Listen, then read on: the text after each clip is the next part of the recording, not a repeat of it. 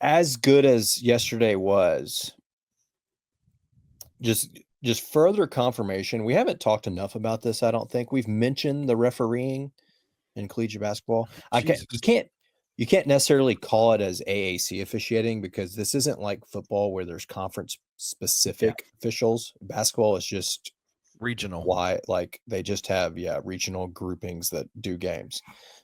I don't know what it is, but there's a ref vendetta out on PJ Haggerty because he shot 0 free throws yesterday, which whatever you say, okay, game here or there, no free throws, whatever. There were several instances yesterday he should have been shooting free throws and probably should have had at least 2 or 3 and ones. The problem here, and shout out to D. Grums for this supporting data, our local economist.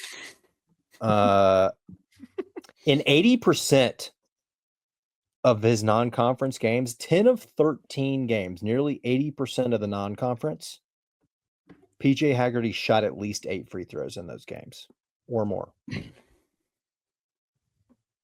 In 14 conference games, twice has he shot 8 free throws in a game.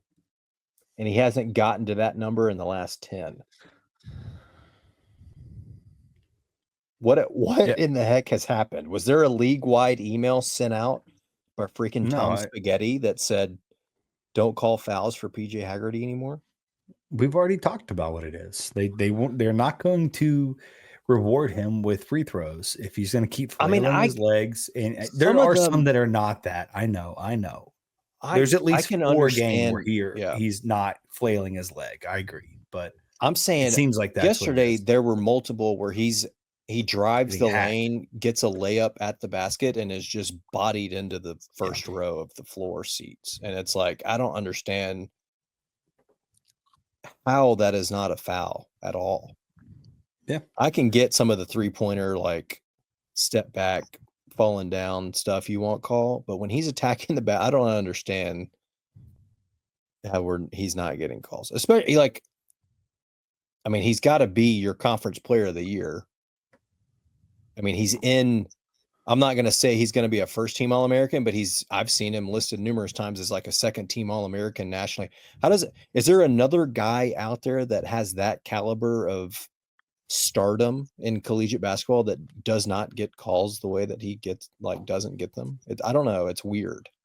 That's a drastic difference from non-conference to conference. And it's not AAC officials because there's not specific AAC officials. So like it doesn't make any sense to me, and it's ridiculous. It's the drastic nature of it, right? It's the going from as many as he was getting.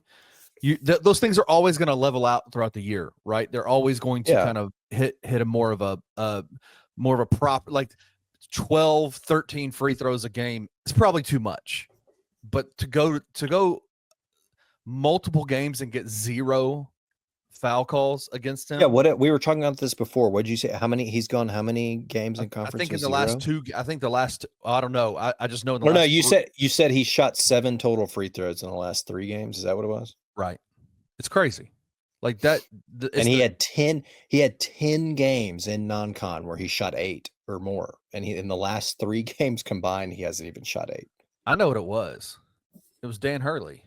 Dan Hurley got a hold of him and said, I got a hold of the refs. Maybe if it had changed after that. Unfortunately, we played 10 more conference or 10 more non-conference games after that.